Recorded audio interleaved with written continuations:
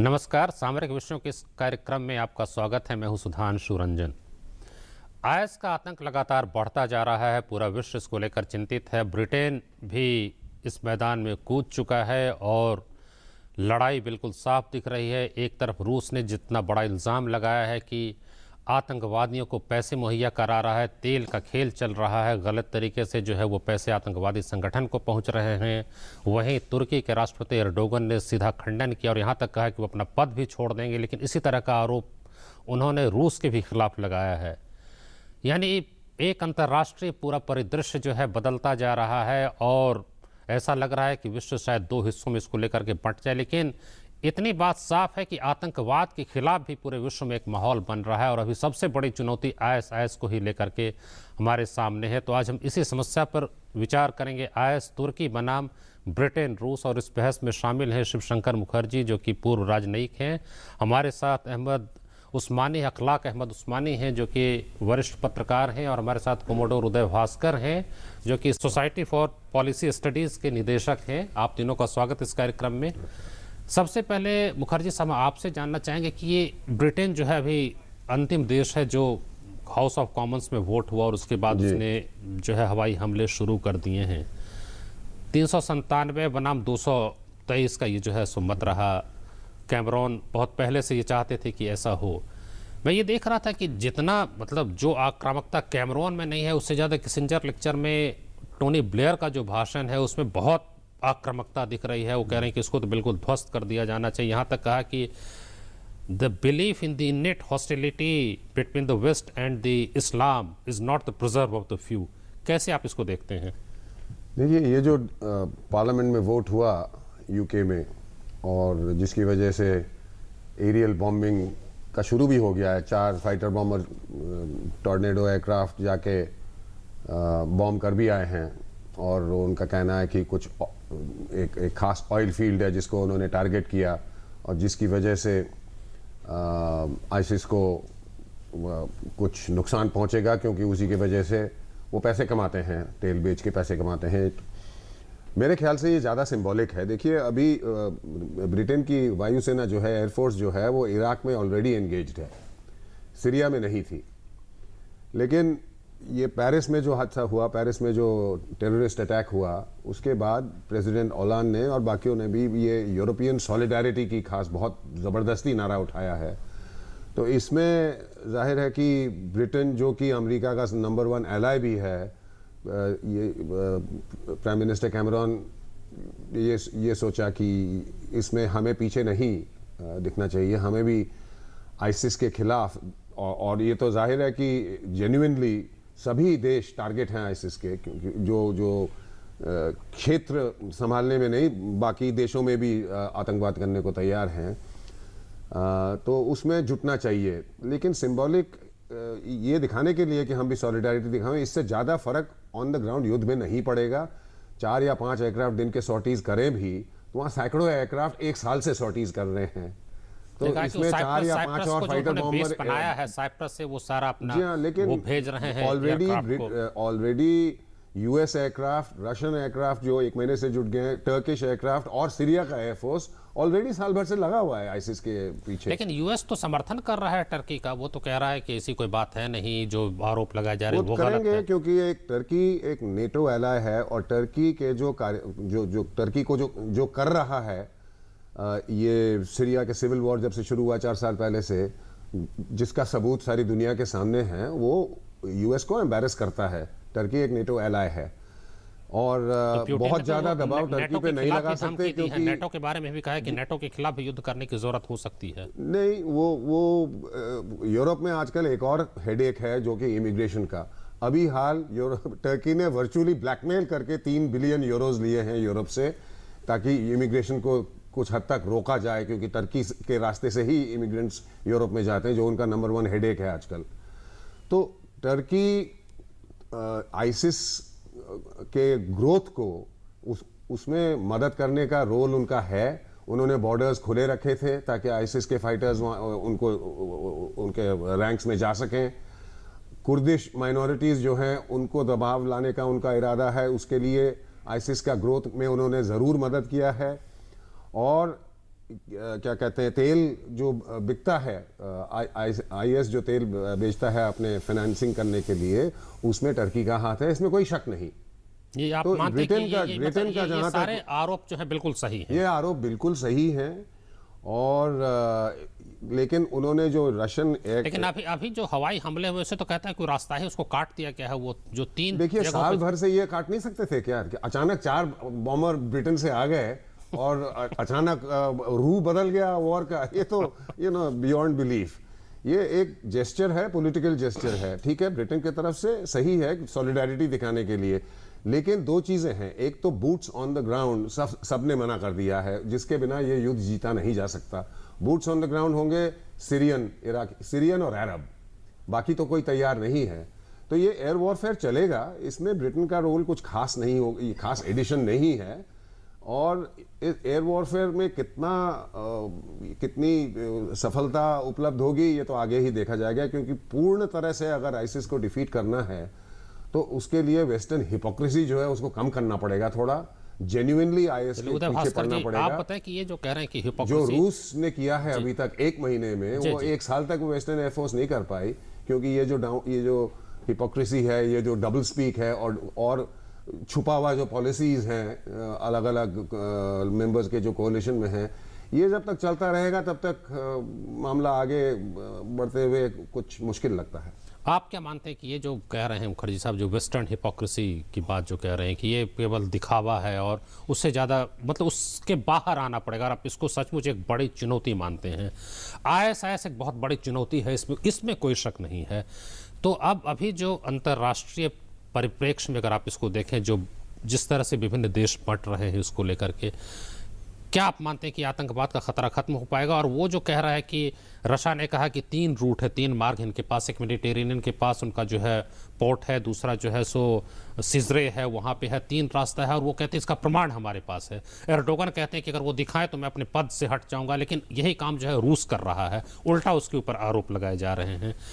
तो ये बात तो सही है कि अगर पैसे नहीं आएंगे तो आतंकवाद का खेल खत्म हो जाएगा, ये बात तो पक्की है, पैसे तो उसके पास आ रहे हैं। अब इसमें आप क्या देखते हैं, इसमें सच्चाई कितनी है और इससे कितना फर्क पड़ रहा है ब्रिटेन के आ जाने के बाद? सर, जैसे मुखर्जी साहब ने बताया है, जहां तक ब्रिटेन का इस वक्त जो एयर कैंपेन में जो वो शामिल हो रहे हैं, उनका भी अभी टॉर्नेडो एयरक्राफ्ट वहां पे गए हैं साइप्रस से, ये काफ़ी प्रतीकात्मक रूप से एक प्रकार का पहल है ब्रिटेन के तरफ से, ताकि फ्रांस और पेरिस के बाद जो हादसा हुआ है वो भी यूरोप के संदर्भ में इस प्रकार की जो सॉलिडारिटी की बात बार बार होती है, ये ब्रिटेन, लंदन ने ये कदम उठाया है। और मुझे लगता है कि लंदन के अलावा इसी प्रकार का बहस जो है अभी जर्मनी में भी हो रहा है, और संकेत इसी प्रकार के आ रहे हैं कि यूरोप के जितने भी, खास पश्चिम यूरोप के शक्तिशाली देश फ्रांस को समर्थन देने के लिए अपनी अपनी जो फौज है वहाँ भेजने के लिए तैयार हैं। पर जहाँ तक इसकी जो बड़ी तस्वीर जो है, जिस प्रकार से आप अंतर्राष्ट्रीय परिप्रेक्ष्य की बात कर रहे हैं, एक विश्लेषक के दृष्टिकोण से मैं कहूँगा कि ये जो इस वक्त स्थिति है यह बहुत ही स्लेटी है। अर्थात ये कि जब भी किसी प्रकार का भी मिलिट्री या सैनिक पहल होता है तो उसका एक मुख्य राजनैतिक उद्देश्य होना चाहिए। और इस वक्त जिस प्रकार से हर एक देश ने अपने फौज को वहाँ भेजा है, चाहे वो अमेरिका हो या उससे पहले जब पश्चिमी यूरोप के देशों ने वहाँ पे अपनी पहल किया है, तुर्की के संदर्भ में या सीरिया के संदर्भ में, या मिस्र के जो देश हैं, चाहे वो सऊदी अरेबिया हो या कतार हो, एक वक्त यूएई ने भी अपना एयरफोर्स को वहाँ भेजा था। और हाल में रूस का वो जो बॉम्बिंग था उसके बाद उद्देश्य तो साफ है ना, जो आतंकवाद का नहीं, खतरा साफ नहीं है साहब, रंजन साहब, यही तो बात है, ये उद्देश्य साफ नहीं है। क्योंकि क्या सीरिया में असद साहब को हटाना सबका प्रथम उद्देश्य है, या आईसिस को हटाना? अमेरिका ने कहा कि नहीं, हम असद को हटाते हैं लेकिन हम वहां कोई बड़ा बदलाव नहीं चाहते हैं। असद एक व्यक्ति का नाम है, उसको तो हटा देंगे लेकिन हम पूरी सरकार को जो है डिस्टर्ब नहीं करना चाह रहे हैं, वहां की व्यवस्था को के साथ हम कोई भी जो है छेड़छाड़ नहीं करना चाह इसी रहे को डबल स्पीक कहते हैं जी। हाँ, कहने के लिए तो ये करते हैं, परंतु जैसे ये भट्टी डबल साहब भी स्पीक बता माने रहे हैं, दोहरा मापदंड है। ये हिपोक्रेसी की उन्होंने शब्द का प्रयोग किया है। मैं कहूँगा कि इनकी पॉलिसीज में कई प्रकार के दुगलापन है, यानी कि कॉन्ट्रडिक्टरी पॉलिसीज को हर एक देश ने अपनाया है। और मैं इसको स्पष्ट करने के लिए उदाहरण ये दे रहा हूँ कि क्या उद्देश्य है आपका? असद, राष्ट्रपति असद को हटाना प्रथम उद्देश्य है, या इसमें एक बहुत ही गहरी तरीके से इस्लाम के पॉलिटिक्स में ये शिया सुन्नी का भी एक तनाव है। उसकी वजह से आप देख रहे हैं बहुत पुराना तनाव है नहीं, परंतु ये इस सीरिया के संदर्भ में ये और उभर के आ रहा है, इसलिए आपकी पॉलिसीज में क्लैरिटी नहीं है। तनाव बल्कि जब ये पूरा आईएसआईएस से शुरू ही हुआ, वहां से इराक के जो क्षेत्र हैं, मूसुल है, तिरकिट है, जहां की सुन्नी का इलाका है, वो पूरा उसका जन्म ही वहीं से होता है। तो वही तो मेरे ख्याल से दुगलापन की या हिपोक्रेसी की बात कर रहे हैं। जिस आईएस की इस वक्त हम बात कर रहे हैं, इसको एक प्रकार से समर्थन तो अमेरिका ने दिया है, और इसी आईएस को अभी एक मिनट मुझे खत्म करने दीजिए। आईएस को रोकने के लिए या उसको काबू में लाने के लिए अमेरिका के ही मिलिट्री एलाई, चाहे वो फ्रांस हो या ब्रिटेन हो, वो अभी ये एयर कैंपेन में जा रहा है। और साथ साथ जैसे तुर्की का जो पॉलिटिक्स अगर आप देखेंगे, तुर्की का भी एक प्रकार का इस्लामी पॉलिटिक्स में एक अपना उद्देश्य है, और अभी तक हमने ईरान का जिक्र नहीं किया है। तो मैं यही कह रहा हूं कि इस वक्त जो वहां पे मामला है बहुत स्लेटी है, और इसके अलावा पूरा तेल का जो खेल है वहां पे, तेल में केवल इस वक्त जो आईएस बेच रहा है, उसके अलावा मैं कहूंगा कि एक गहरा शतरंज है गैस के ऊपर। यानी कि जब हम ऑयल या हाइड्रोकार्बन पॉलिटिक्स की बात, तो 1990 से चल रहा है, गल्फ वॉर से चल रहा है, बिल्कुल, वो आज का वो और जटिल हो गया है अब। जी। तो इसलिए संक्षेप में यही कि जितना भी इस वक्त सैनिक पहल हो रहा है, मुझे नहीं लगता है कि वो पॉलिटिकल क्लैरिटी है कि हर एक देश क्या चाहते हैं। सबसे पहले आईएस को वहां काबू में लाके उनको खत्म करना, या सीरिया के अंदर किसी प्रकार का परिवर्तन, या ये शिया सुन्नी या तुर्की, सऊदी अरेबिया, ईरान के बीच में जो तनाव है, उस किस आप बिंदु को रेखांकित करना चाहते हैं? अखलाक अहमद उस्मानी जी, आप बताएं कि आप क्या मानते हैं? जैसा कह रहे थे कि शिया सुन्नी का है, बाकी तमाम तरह के झगड़े हैं, और जैसा कि टोनी ब्लेयर ने भी कहा कि जो कुछ मुस्लिम देश हैं उसके अंदर आईएस काफ़ी अंदर तक घुसा हुआ है, और वो फिर टोनी ब्लेयर कैलिफेट की बात कर रहे हैं, एपोकैलिप्स की बात कर रहे हैं, और ये है कि इराक के वो दानिब या दाकिब कौन जगह है वहाँ पे ये होगा, और वो सारा जो है वो पूरी एक निर्णायक जो है वो लड़ाई होगी। तो जो ये जो हंटिंगटन का क्लैश ऑफ सिविलाइजेशन है, उसी की याद आ रही है मुझे जब मैं टोनी ब्लेयर का पढ़ता हूँ, उनका वक्तव्य जो उन्होंने किसिंजर लेक्चर में दिया था। तो मुस्लिम वर्ल्ड जो है, मुस्लिम देशों में किस हद तक इसका प्रभाव है, और कितना समर्थन मिल रहा है आईएस को? देखिए, मैं उदय भास्कर जी की बात को आगे बढ़ाते हुए ये कहूँगा कि ये विवाद अगर आप अलग अलग एंगल से देखेंगे तो आपको अलग अलग शक्लों में नजर आएंगे।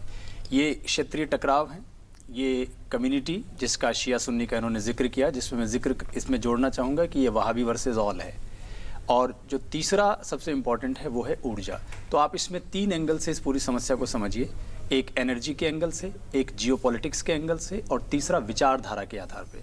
तब आपको ये पूरा खेल समझ में आएगा। मैं सबसे पहले एनर्जी के ऊपर आपका जिक्र ध्यान खींचना चाहूंगा। इसलिए तो कहते हैं कि एर्डोगन का दामाद एनर्जी मिनिस्टर वहाँ पे, बेटा एक बहुत बड़ी कंपनी का मालिक है। मैं उसी बिंदु पे आ रहा हूँ। 2 शहरों के नाम मीडिया में कहीं नहीं आ रहे हैं। कुर्दिस्तान में एक शहर है, उस शहर का नाम है जाखू, और तुर्की का एक शहर है, उस शहर का नाम कहीं नहीं आ रहा, उस शहर का नाम है सिलॉप।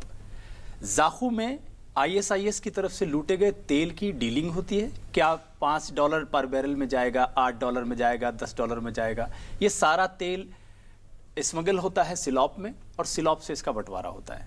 मेरे कहने का मतलब है कि जो एनर्जी लॉबी हैं, जिनका मीडिया में भी पैसा लगा है, वो इस बहस को कभी आने ही नहीं पे तो आप पाएंगे तो नहीं, मैं देखिए, जब हम चीजों को समझेंगे तो हमें बहुत सारे एंगल से इसको समझना पड़ेगा। और इर्दोगन के बेटे बिलाल इर्दोगन तेल से, आईएसआईएस के तेल को खरीद के उसको बाजार में बेच के उनकी कंपनी पे सीरियस एलिगेशंस, और वो झूठे नहीं हैं। पुतिन ने जैसा अपने भाषण में कहा, पहले भी कहा, और अभी इन्होंने जो राष्ट्र के नाम संबोधन दिया है, जिसमें सुखोई विमान जो तुर्की ने मार गिराया है रूस का, उसके बाद जो उन्होंने अपने देश को संबोधन दिया, उसमें भी उन्होंने इस बात पे आरोप लगाए हैं कि तुर्की चाहता है आईएसआईएस का अस्तित्व बना रहे, ताकि उनके तो बहुत साफ ताकि तेल का वो खेल चलता रहे। दूसरा खेल इसमें जो है वो जियोपॉलिटिक्स का है। आपको ये गुट तय करने पड़ेंगे कौन किसके साथ है। जब आप ये गुट तय करते हैं तो आप पाते हैं कि जिधर तुर्की है उधर कतर है, सऊदी अरब है, बहरीन है, यूएई है, कुवैत है। जब आप पीड़ितों की तरफ आते हैं, या वो इलाके जो बर्बाद हो गए या बर्बाद कर दिए गए, सऊदी अरब जब भी आप मानते हैं कि उस तरफ है, बहुत ज्यादा आप अगर आप देखेंगे तो सऊदी अरब का तो बहुत बड़ा स्टेक है। लेकिन जो दूसरा गुट आप बनाएंगे, जिसकी शक्ल बहुत, अभी मैं नहीं कहूंगा कि बहुत स्थापित है, लेकिन उसमें कौन है? उसमें सीरिया है, रूस है, ईरान है और काफी हद तक चीन भी है और इराक है। तो ये क्षेत्रीय हो गया। और तीसरा वैचारिक रूप से पूरा क्षेत्र बटा है, जिसमें मैं ये कहूंगा कि जो डेडलिएस्ट आइडियोलॉजी है जिसको आईएसआईएस इस समय रिप्रेजेंट कर रही है, उसका नाम वहाबिज्म है। आप जब तक वहाबी विचारधारा को नहीं समझेंगे तब तक ये पूरा वैचारिक असंतुलन, क्योंकि किसी वो तो कहते हैं कि जो मिलिटेंसी आतंकवाद आया ही है वहाबिज्म के कारण जी। वो सलाफी मुसलमान और फला और उस बाकी जो है उनको मार डालो ये करो, तो वो तो एक अलग इतिहास है जो वहाबी के साथ आया। अब तो वहाबी हिंदुइज्म की बात भी हाल में किसी ने कर दी, लेकिन खैर उसमें नहीं जाना है। वो बात आपकी सही है कि आतंकवाद की पूरी परिभाषा ही उसके बाद से बदलने लगी है। उसका एक डॉजियर है, उसका एक ड्राफ्ट है, उस ड्राफ्ट का नाम जैसा मैंने आपसे कहा। तो इसमें बहुत सारे एंगल हैं, जब आप उन एंगल से इन चीज़ों को समझने की कोशिश करेंगे तो आपको ये पूरी समस्या समझ में आएगी। क्योंकि देखिए, हम सिर्फ घटनाओं पर बहस करते रहें और उसकी थ्योरी को ना समझें, मुझे लग रहा है तब तक हम इस समस्या को डिकोड नहीं कर पाएंगे। ब्रिटेन ये दावा कर रहे हैं कि आईएसआईएस को कंट्रोल करने के लिए या उनके इलाकों को तहस नहस करने के लिए वो सीरिया में जा रहे हैं, लेकिन मैं भास्कर साहब की बात को आगे बढ़ाऊंगा। ये प्रतीकात्मक चीज़ों से कुछ नहीं होगा, आपको बहुत ठोस इस पे काम करना पड़ेगा। और ठोस काम करने के लिए, जैसा सर ने, मुखर्जी सर ने कहा, हमें डबल स्पीक चीज़ों को पहचानना पड़ेगा और बहुत ही मजबूत कदम उठाने पड़ेंगे। डिप्लोमेसी में मुखर्जी साहब डबल स्पीक तो होता ही, आप तो खुद डिप्लोमेट जी रहे हुए नहीं, हैं। जी नहीं, डिप्लोमेसी में डबल स्पीक नहीं होता। डिप्लोमेसी में सिर्फ एक तरह का स्पीक होता है इस तरह के खतरनाक सिचुएशंस में, जिसका नाम है क्रेडिबिलिटी। और वेस्टर्न पॉलिसीज जो हैं बिल्कुल इन क्रेडिबिलिटी के क्राइटेरिया पे बिल्कुल फेल हो गई हैं। मैं बस 2-3 बातें करता हूं। आपने टोनी ब्लेयर का नाम लिया 2-3 बार। टोनी ब्लेयर वो आदमी हैं जो एक्सेप्ट कर चुके हैं पब्लिक डोमेन में कि मैंने अपने पार्लियामेंट में पब्लिक में ब्रिटेन में झूठ बोला, क्योंकि इराक का इन्वेजन में मुझे यूएस का साथ देना ही था। तो इंटेलिजेंस रिपोर्ट जो पार्लियामेंट में पेश की गई उसको what they call sexed up किया गया, उसको एग्जैजरेट किया गया, उसमें झूठ बोला गया ताकि पार्लियामेंट वोट उसके प्रो इराक इन्वेजन का एक वोट करे। तो आप टोनी ब्लेयर की बातों को भूल जाइए। अभी मैं बता देता हूं कि अभी जो वहां अमेरिका के इंटेलिजेंस, डिफेंस इंटेलिजेंस के जो हेड लेफ्टिनेंट जनरल फ्लिन, उन्होंने कहा कि 2012 में जानबूझ करके बराक ओबामा ने बहुत सारी बातों को दबा दिया इस बारे में, क्योंकि उनके इलेक्टोरल नैरेटिव में ये दबाया हुआ बात नहीं है, this is all in the public domain. Colin Powell ने पब्लिकली बोला है कि मैंने यूएन में वेपन्स ऑफ मास डिस्ट्रक्शन के बारे में, इराक के बारे में झूठ बोला था, क्योंकि मुझसे झूठ बोला गया था इंटेलिजेंस एजेंसीज और पेंटागन ने। ये सब बातें सबको पता है, तो इसलिए ये बातें अपने डिस्कोर्स में लेने की कोई जरूरत नहीं। और टोनी ब्लेयर और यूके को आप थोड़ी देर भूल जाइए। और ये जो सब्जेक्ट है आपका यूके डैश रूस, ये एक्चुअली थोड़ा गलत है। यूके को आप इस इक्वेशन से निकाल दें तो कोई फर्क नहीं पड़ेगा, रूस का फर्क बहुत पड़ेगा। मैं 3 बातें कहना चाहता हूं। नंबर 1, 2-3 बातें जल्दी से बता देता हूं। नंबर 1, रूस का जो इंटरवेंशन है बहुत ही महत्वपूर्ण इंटरवेंशन है। डिमिट्री पेस्कोव ने वेस्टर्न हिपोक्रेसी को एक बीबीसी के इंटरव्यू में बिल्कुल हटा दिया था नकाब को। उसने बोला था कि बार बार बराक ओबामा और यूएस कहती है बशर असद को निकालना ही है और आईएस से भी लड़ना है। लेकिन बशर असद को निकालने के पहले अगर आईएस को आप नहीं निकालेंगे तो बशर असद को भी कैसे निकालेंगे? First target is IS, let us fight the IS. और जब तक आईएस के ऊपर थोड़ा सा विक्ट्री का संभावना ना हो तो उस तरह जो नेगोशिएशंस की बातें चल रहे हैं तो वो नेगोशिएट भी कैसे करेंगे? Number 1। Number 2, I am very glad, बहुत ही प्रसन्नता हुई आपने सऊदी अरेबिया का नाम लिया। वो ब्रिटेन के जगह वहां एक इक्वेशन में डालना चाहिए था। सऊदी अरेबिया आजकल ये बात साफ कह देना चाहिए, आज मित्र देश हो या ना हो, सऊदी अरेबिया दुनिया का नंबर 1 फाइनेंसियर ऑफ टेररिज्म है, सिर्फ आईएस का नहीं।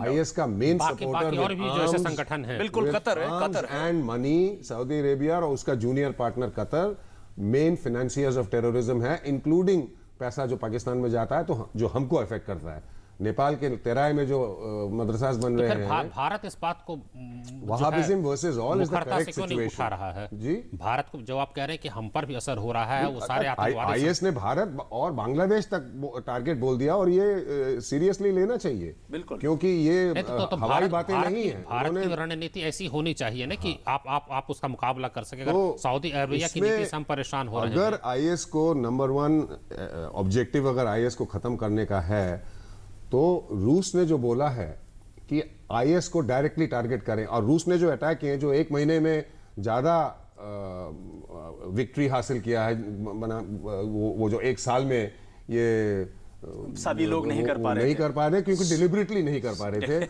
अब क्रिटिसिज्म आ रही है यूएसए की, देखिए रूस मॉडरेट्स को भी बॉम्ब कर रहा है। अब लड़ाई जहां हो रही है, आप कोई जाके आइडेंटिटी कार्ड ले रहा है क्या कि आप मॉडरेट है कि आप आईएस नहीं, है? अब यहाँ तो मॉडरेट उसको भी माना जा रहा है जिसके पास में काल्शनिकोव है। बोला आपके पास टैंक नहीं है, Therefore, rocket launcher if I नहीं can है, just finish- आपके पास एंटी एयरक्राफ्ट मिसाइल नहीं है, आपके पास क्या सिर्फ काल्शनिकोव है? बोला हाँ, तो फिर आप मॉडरेट हैं। ये बहस बहुत अजीब किस्म की है। और फाइनली एक चीज पुतिन बता दूं, हिपोक्रेसी का जो Uday will understand this because he is security expert. उस सोवियत एयरक्राफ्ट को जो गिराया गया और मतलब अगेंस्ट इंटरनेशनल लॉ उसके पायलट को गोली से मारा गया, उसके पहले हफ्तों से बात चल रही थी वेस्टर्न कैंप से कि नो फ्लाई जोन बनाया जाए। Turkey also wanted a no fly zone. No fly zone Russia ने ऑब्जेक्ट किया था कि फिर नो फ्लाई जोन के बजाय एयरफोर्स तो यूज करने ही हैं। ये नहीं कह सकते कि सिर्फ एक दो देश के एयरफोर्स यूज होंगे, तो उसमें कोऑर्डिनेशन चाहिए। ये नहीं कि नो फ्लाई जोन बनाया जाए। उसमें एक अमेरिकन जर्नलिस्ट ने लिखा भी था कि नो फ्लाई जोन का माने नहीं है क्योंकि who will enforce it. Enforce तभी हो सकता है। में शुरू से यह बात है कि उसको सुनिए एनफोर्स कौन सुनिए, करेगा, वो तो हमेशा होता रहा है। लिखा था कि नो फ्लाई जोन तभी लागू हो सकता है जब एक रशियन बॉम्बर को गिरा दिया जाए, और वो गिर गया। तो इसमें भी कोल्यूशन था कि नहीं है, मैं तो मुखर्जी you know, साहब सोच रहा हूँ। अगर ये बात जो कही जाती है जिसकी लाठी उसकी भैंस, माइट इज राइट, अगर वो कहीं देखने में आती है तो इंटरनेशनल लॉ एंड में फाइनली उसको वन फाइनल कोई वर्ड, enforce नहीं कर सकता है। टर्की चाहता है नॉर्थ और नॉर्थ वेस्टर्न सीरिया पे परमानेंटली काबू रखे, दो रीजंस पे। वन, जैसे कि उनके प्राइम मिनिस्टर ने बोला था जब वो सत्ता को संभाला था एर्डोगन ने, और उनके प्राइम मिनिस्टर ने एक पब्लिक स्पीच में बोला था कि वी आर द न्यू ऑटोमैन्स। उनका एक विजन है कि पुराना ऑटोमैन हाँ, वो एम्पायर पूरा कैलिफेट जो है वहां पे आ जाए। If not the whole caliphate, Turkey का थोड़ा वो हुआ जाए। ये सीरिया और टर्की के और बीच ये जो कुर्दिश माइनॉरिटी का उनका जो प्रॉब्लम है, सीरियन कुर्द्स जो हैं जो बॉर्डर में हैं, लेकिन दो कैंप्स जो हैं उनके बीच में 100 किलोमीटर करीब का फासला भी है, उनको भी काबू रखने के लिए वो आईसिस का मदद कर रही थी। नहीं, और ये अब जो करेगी कहते कि हैं नहीं ये देखा जाएगा। नहीं, 90 किलोमीटर जो है वही बॉर्डर जो है वो खुला हुआ है, ओपन है सीरिया और ये टर्की। उसको अगर सील कर दिया जाए, जो अमेरिका ने कहा है कि वो अगर हो सकता है, तो उससे कुछ फर्क पड़ेगा क्या? नहीं, वो सील कौन करेगा? करेंगे दोनों देश करेंगे। नहीं, कोई रूस चाहता है कि ऐसा हो, सीरिया चाहता है ऐसा हो। लेकिन अगर आप उत्तरी सीरिया का हिस्सा देखेंगे जिसमें मेडिटेरेनियन सी भूमध्य सागर से लेके और दर-ए-ज़ोर शहर जो पूरा तुर्की और आखिर में आगे जाके इराक के बॉर्डर तक लगता है, सारी तेल भी यहीं मिलता है, पूरा तेल यहीं से, और इराक का तेल भी इसी रास्ते से स्मगल हो रहा है, क्योंकि जो बड़ा तेल है जिसका शेयर है, जिसकी तस्करी हो रही है, वो तो इराक का तेल है, लेकिन वो तुर्की तक जो जा रहा है उसमें भी सीरिया के रास्ते इस्तेमाल हो रहे हैं। तो उत्तरी सीरिया, और जैसा सर ने कहा कि भूमध्य सागर से लेके दर-ए-ज़ोर तक का जो पूरा रास्ता है, अगर ये ब्लॉक कर देंगे तो तुर्की का आईएसआईएस को जो समर्थन है जो तेल की लूट के लिए जी, वो तो पूरा रास्ता ही बंद हो जाएगा। इसलिए अच्छा, उदय भास्कर जी, आपसे हम जानना चाहेंगे कि ये पूरी ये में जैसा कि कहा कि रूस की भूमिका बहुत महत्वपूर्ण है सबसे, लेकिन एक जो सबसे बड़ा सुपर पावर अमेरिका भी कहते हैं कि 2004 में उसने बगदादी को छोड़ दिया। वही हिपोक्रेसी वाली बात है, डबल स्पीक वाली बात है कि आपको उस समय लग रहा था कि इसके खिलाफ तो कोई आरोप बनती नहीं, आज वो सबसे बड़ा आतंकवादी बना हुआ है। तो अगर हमारे सुपर पावर किस तरह की भूमिका होगी, फिर कैसे आप आतंकवाद से लड़ेंगे?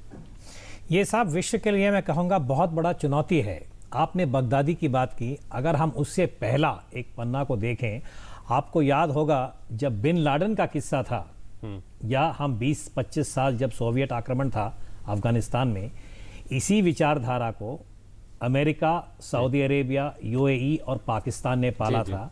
जिस वक्त हम तालिबान की बात करते थे, अल-कायदा की बात करते थे, और अभी भी अमेरिका का मानना यही है कि चाहे बिन लादेन हो या AQ खान, वो जो जानकारी है, मुखर्जी साहब ने काफ़ी एक ठोस कदम का उन्होंने शब्द का प्रयोग किया, हिपोक्रेसी। वही हिपोक्रेसी हमने उस वक्त भी देखा था, और अभी भी मैं कहूँगा कि जब हम IS की बात करते हैं 2003 से, यानी कि जब से इराक के अंदर जो अमेरिका ने सैनिक पहल किया था, तब से उनका जो पॉलिटिकल ऑब्जेक्टिव्स हैं, जहाँ तक मिश्र है, चाहे वो एनर्जी के जियोपॉलिटिक्स के साथ जुड़े हैं जैसे उस्मानी साहब ने बताया है, या सऊदी अरेबिया को अपनी जो एजेंडा है जो कि सुन्नी इस्लाम को एक प्रकार का बढ़ोतरी देने के लिए पूरे क्षेत्र में, और ईरान को दबा के रखने के लिए उनका एक उद्देश्य था।